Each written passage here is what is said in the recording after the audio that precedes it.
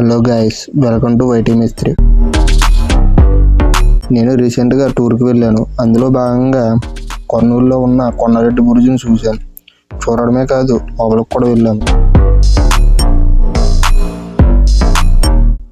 కర్నూలుకు దగ్గరలో ఉన్న కందనవోలు కోటకు 4 వైపులా ఉన్న బురుజులలో ఈ కొండారెడ్డి బురుజు కూడా ఒకటి.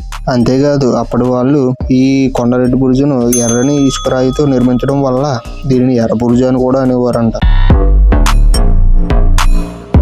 ఆంగ్లేయులు దీనిని ఒక జైలు కింద వాడేవారు. ఇందులో కొన్ని గదులకు గేట్లు వేసి ఉంచారు, మీరు వీడియోలో చూస్తున్నట్లు.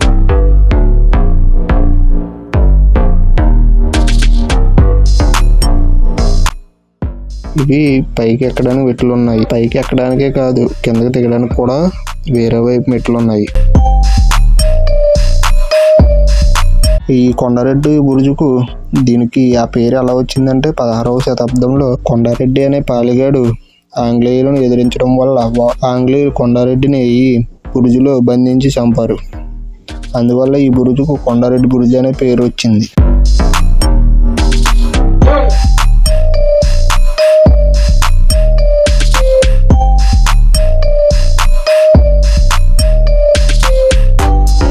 నైట్ టైం కొండారెడ్డి బురుజు చీకటిగా ఉండకుండా లైట్లు అమర్చి ఉంచారు మొత్తం. ఇవి ఇంకొక వైపు మెట్లు దారి. అయితే కొంతమంది చరిత్రకారులు శ్రీకృష్ణదేవరాయలు సోదరుడైన అచ్యుతదేవరాయలు బురుజు అని అభిప్రాయపడుతున్నారు.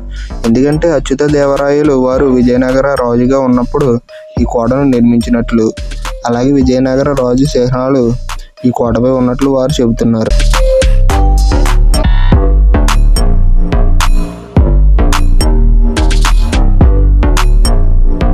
పైన భాగంలో దీనికి ఒక పెద్ద స్తూపంలా ఉంది.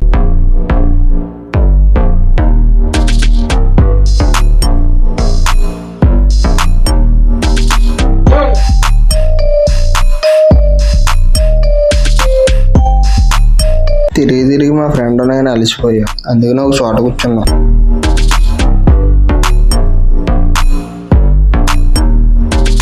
కర్నూలులో ఇటువంటి బురుజులు ఇంకా 3 ఉన్నాయి, కానీ శిథిలావస్థకి చేరుకున్నాయి. దీనిపై నుండి కర్నూలు సిటీని చూడడానికి చాలా ఆహ్లాదకరంగా ఉంది.